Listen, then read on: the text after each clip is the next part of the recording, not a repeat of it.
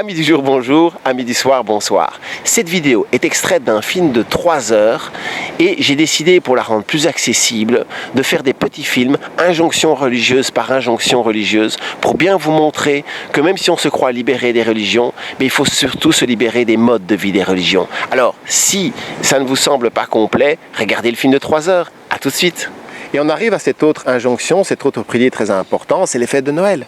Et la plupart des athées, ils se plient aux fêtes de Noël, alors qu'en fait, si on faisait les grands cérémonies chamaniques le 21 décembre, c'est parce que c'est le moment le plus propice pour prendre des nouvelles décisions, pour prendre un nouvel élan. Il y a toute la sève qui descend, et puis ça remonte. D'ailleurs, on a ça culturellement, beaucoup de gens le sentent bien, ils ont envie de prendre des résolutions de nouvelle année. C'est la période la plus propice pour faire des retraites, pour s'isoler, pour aller vraiment à l'intérieur, pour prendre des nouvelles décisions, pour changer des choses, pour rectifier le tir. Et pour ça, il faut se mélanger un minimum avec les gens et manger le plus sain possible et le plus léger possible. Et donc, les cathos, les malins, ils ont été mettre les fêtes du 24 décembre, 3 jours après, pour faire et créer exactement le contraire.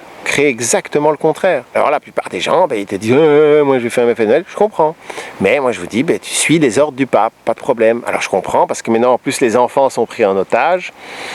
Mais je crois qu'il y a moyen de faire un entre-deux, de faire aussi une fête le 21 décembre, peut-être déjà de faire les deux pour commencer, et de tendre vers ça, et au moins d'expliquer aux enfants ce qu'il en est. Parce que pour finir, on dit le Père Noël n'existe pas. Ben non, ils existent, les Pères Noël, et c'est les chamans qui travaillent avec les champignons. Attention, parce qu'il faut comprendre que le chamanisme et la substance qui éveille la conscience, c'est la psilocybine, qui est le principe actif des champignons. Il y a plein de plantes après, dont le cannabis pour moi en premier, qui peuvent être complémentaires, dont par exemple l'ayahuasca et tout ça. Derrière cette histoire de Noël, il y a aussi notre monde d'adultes qui dit, pour finir à l'enfant, voilà, on t'a menti pendant pas mal d'années, et puis on te dit, non, le Père Noël, il n'existe pas. Voilà, d'ailleurs le Père Noël, c'était papa ou maman, ou je ne sais qui, et ça, c'est une manière effectivement de casser la relation de l'enfant avec le monde de la magie. Et aussi de dire bienvenue à l'enfant dans le monde où on peut mentir. On fait des mensonges aux enfants.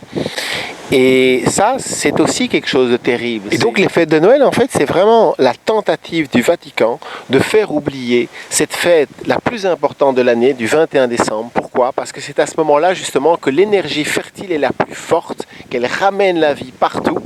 Et c'est à ce moment-là où c'est le plus facile de sauter sur cet escalateur qui monte, Et c'est pour ça d'ailleurs que naturellement, janvier, il y a cet esprit des nouvelles bonnes résolutions.